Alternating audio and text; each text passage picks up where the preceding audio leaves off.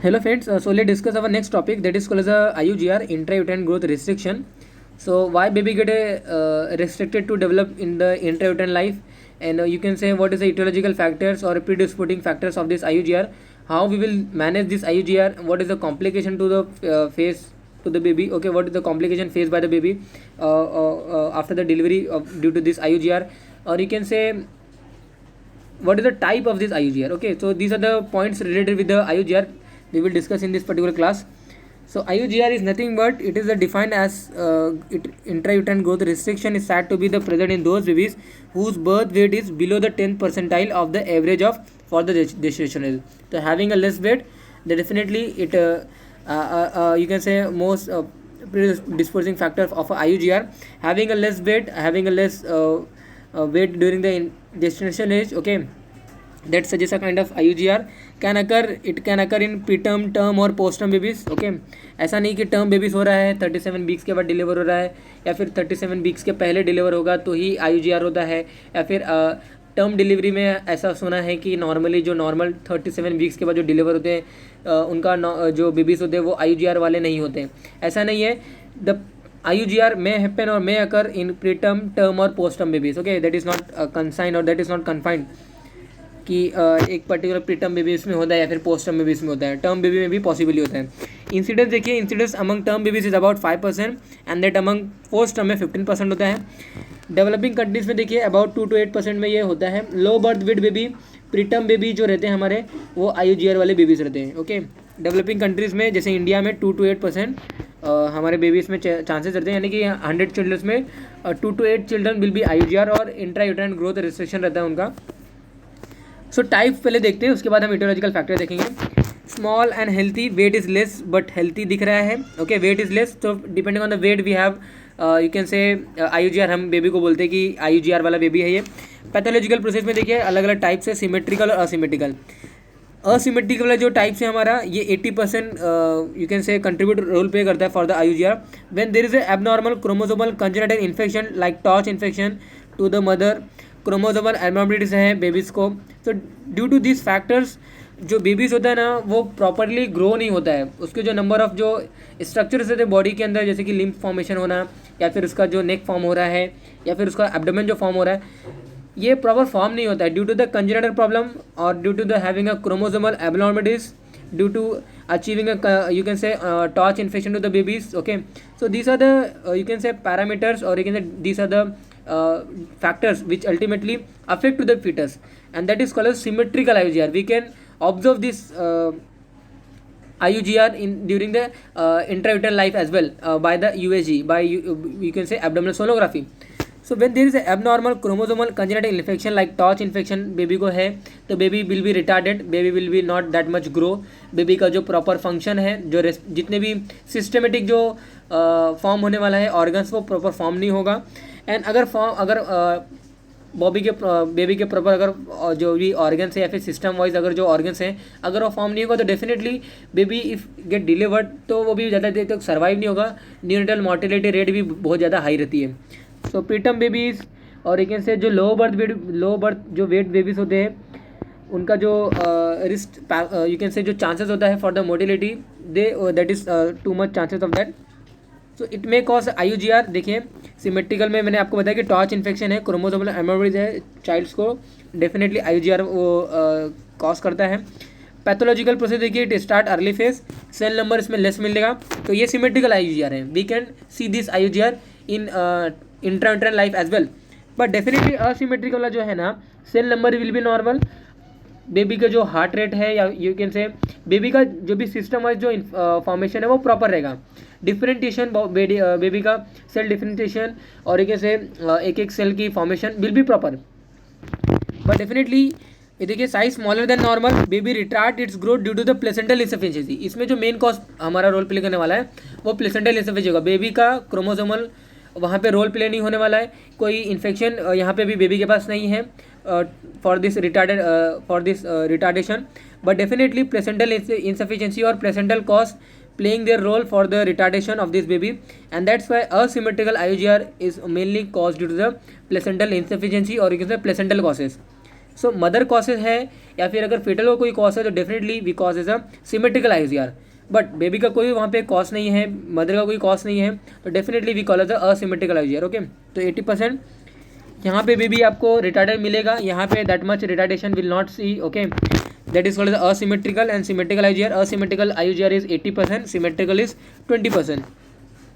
सो जितने भी बेबीज होते हैं वो असिमेट्रिकल IUGR होते हैं। नॉर्मली क्रोमोसोमल एमोडोस नहीं होता उनके पास, कोई इन्फेक्शन नहीं होता है, but due to the placental cause, due to having, अगर मदर इज अनेमिक तो डेफिनेटली मदर अनेमिक रहेगी, तो प्रॉपर जो डिस्ट्रीब्यूशन है RBC का या फिर प्रॉपर जो न्यूट्रिशन है बेबी को नहीं मिलेगा, तो baby will be retarded. So baby का कोई रोल प्ले नहीं हो रहा है, बेबी जो क्रोमोसोमल एमोडोस नहीं है। So ultimately asymmetrical and symmetrical we have classify on the basis of that.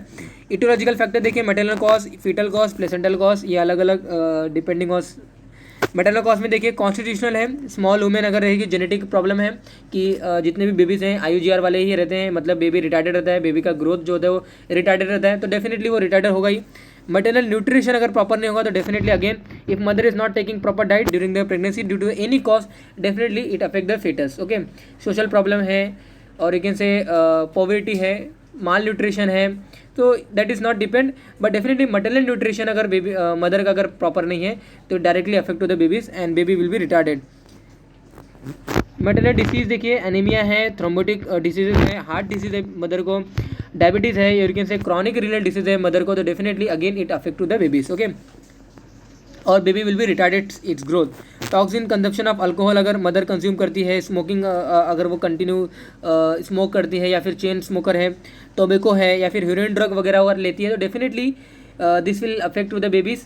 उसकी जो प्रॉपर जो ग्रोथ हो रही है वो प्रॉपर ग्रोथ नहीं होगा, सेल का डिफरेंशिएशन बराबर नहीं होगा and ultimately leads to the IUGR baby. Okay, intrauterine growth restriction होती है एंड बेबी जो डिलीवर्ड होगा वो बहुत ही कम वेट का होगा, बेबी की जो साइज़ होगी वो भी बहुत कम होगा, और as soon as baby get delivered within the 1 month और विद इन द 10 day और 1 to 5 day the baby will be die. Okay, so mortality rate will be high if baby get delivered properly, but still mortality rate is high due to this kind of etiological factor of playing by the maternal mother. Okay, fetal cause देखिए, structural anomalies है fetus को, chromosomal abnormalities है fetus का, ये chromosomal abnormalities है तो definitely वहाँ पे सिमेट्रिकल IUGR होगा। इन्फेक्शन है during the you can say pregnancy, so again वो IUGR कॉज करेगा। मल्टीपल प्रेगनेंसीज है तो depending on the fetus, if देखिए demand of fetus more but supply is less when 2 or 3 babies are present, तो multiple pregnancies है, twins है, triplets है, quadruplets है, सो बेबी को नीड है काइंड ऑफ यू कैन से nutrition, but more than twins है और यू कैन से मोर देन 1 बेबीज है, तो जो भी न्यूट्रिशन जो जाएगा सिमेट्रिकल डिस्ट्रीब्यूशन नहीं होगा, एक बेबी को ज़्यादा मिलेगा, एक बेबी को कम मिलेगा, तो डेफिनेटली जो जिसको कम मिलेगा the baby who will get less nutrition और you can say less oxygen supply, तो definitely that baby will be IUGR वाला baby. Okay, intrauterine growth restriction होती है उसकी, और बेबी की जो साइज़ होगी, बेबी का जो वेट होगा वो नॉर्मली जो जेस्टेशनल एज होगा वो नॉर्मल नहीं रहेगा, weight will not be normal. So multiple pregnancies ये हमारे फीटल कॉज ये सभी रोल प्ले करते हैं। 2 ट्रांसमिशन सिंड्रोम आपने देखा भी होगा। देन प्लेसेंटल कॉज, अगेन ये हमारा एक one of the most playing role to the asymmetrical IUGR, placental insufficiency है, प्लेसेंटल पैथोलॉजी है लाइक एंटीपार्टम हेमोरेज है, डिस्ट्रीब्यूशन जो प्लेसेंटा का जो है प्रॉपर जो सरफेस एरिया है प्लेसेंटा का वो प्रॉपर नहीं है, लेस विलाई फॉर्मेशन है, तो ultimately if villi is not proper, chorionic villi जो हमारा है, जो कोरोनिक फ्रंडोजम होता है वो अगर प्रॉपर नहीं है, जितना डिस्ट्रीब्यूशन जितना सरफेस एरिया होना चाहिए, यू कैन से 18 to 20 सेंटीमीटर ये हमारा डायमीटर वाला प्लेसेंटा बनना चाहिए, अगर उतना नहीं बनेगा, प्लेसेंटा सरफेस एरिया अगर कम है और यू कैन से कोरोनिक विलाई अगर कम बना हुआ है, या फिर इंट्रायूट्राइन फेस ऑफ द जो लाइफ है अगर उसके अंदर अगर कोई ब्लीडिंग हो रही है, तो definitely proper amount of nutrition will not supply to the baby and it directly affect to the asymmetric IUGR। Okay, that result in the asymmetric IUGR। Pathophysiology देखिए, प्लेसेंटल वैस्कुलर डिसफंक्शन की वजह से abnormal nutrition transfer होता है and that's why fetal response to the abnormal depleted nutrient supply होती है baby को and that leads to the IUGR, you can say intrauterine growth restriction of the babies. Okay, तो this are the you can say this pathophysiology, placental vascular dysfunction, vascular problem है, placental insufficiency है, proper villi formation नहीं है, proper surface area expand नहीं हुआ है, okay. और you can say placenta अगर बना हुआ है लेकिन you can say placenta praevia है या फिर अब्रिप्शियो प्लेसेंटा है, और you can say antepartum haemorrhage हो रहा है, यानी कि एंटीपार्टम पीरियड में कोई अगर ब्लीडिंग होती है तो ब्लीडिंग हो रहा है तो definitely it directly affect to the baby, because bleeding हो रहा है तो जो प्रॉपर अमाउंट है आरबीसी का, जिसकी वजह से हीमोग्लोबिन जो आरबीसी में है those will carry the oxygen, that will not carry the proper oxygen, okay, and proper reaching of this oxygen will not to the our fetus, okay. तो placental vascular dysfunction that leads to the abnormal nutrient transfer to the baby, result in the fetal response to the abnormality, okay. और fetal की cardiac activity बढ़ जाएगी, जो fetal movement बढ़ जाएगा due to this kind of abnormal nutrient transfer, okay. Depleted nutrient supply होगा वहाँ पे, और आईयूजीआर भी होगा या फिर fetal डेथ भी हो सकती है वहाँ पे, ओके। तो this is the pathophysiology of this IUGR. Clinical diagnosis, how we will rule out this? So by symphysis of fundal height, तो जितनी प्रॉपर जेस्टेशनल एज के अकॉर्डिंग जितना बेबी का हाइट होना चाहिए और फिर जितना फंडल हाइट होना चाहिए, so we have to determine by you can say measuring the fundal height. Symphysis, pubic symphysis, fundal height हमें कितना होगा पर्टिकुलर सेंटीमीटर हम उसको कैलकुलेट करते हैं. So depending on the gestational age we have already decided और we have already you can say rule out कि इतने सेंटीमीटर होगा, सॉरी इतना जेस्टेशनल एज में इतना फंडल हाइट होना चाहिए. तो अगर फंडल हाइट कम है और जेस्टेशनल एज ज़्यादा है तो वी कैन से कि बेबी की जो ग्रोथ हो रही है वो प्रॉपर नहीं हो रही है, बेबी आईयूजीआर स्टेज में जा रहा है, इंट्रायूटेरन ग्रोथ रिस्ट्रिक्शन में जा रहा है. सो जो फैक्टर मैंने अभी बताया, जो कॉसेस मैंने बताया, फिटल कॉज, मटरनल कॉज और placental cause, that we have to rule out, okay. And after the rule out this kind of causes, we can at least we can prevent this causes for this next pregnancies, okay. So ये देखिए maternal weight gain proper नहीं हो रहा है, 8 to 10 kg weight should be gained by the mother, but mother is not gaining any weight and pregnancy is still ending. तो definitely it suggests कि kind of जो baby है वो restricted condition में या फिर रिटार्डेड है. एब्डोमिनल जो गर्थ है मदर का वो अगर प्रॉपर नहीं है, मतलब एब्डोमिनल जो गर्थ होना चाहिए वो जैसे जैसे प्रेगनेंसी एडवांस होती जाती है, यूरिकन से जैसे जैसे जो लेबर जो स्टेज है वो अगर जैसे जैसे पहुंचता है, नज़दीक आता है, तो एब्डोमिनल गर्थ थोड़ा हाई होना चाहिए. अगर वो कमी है तो डेफिनेटली अगेन वो रिटार्डेड कंडीशन को शो करता है.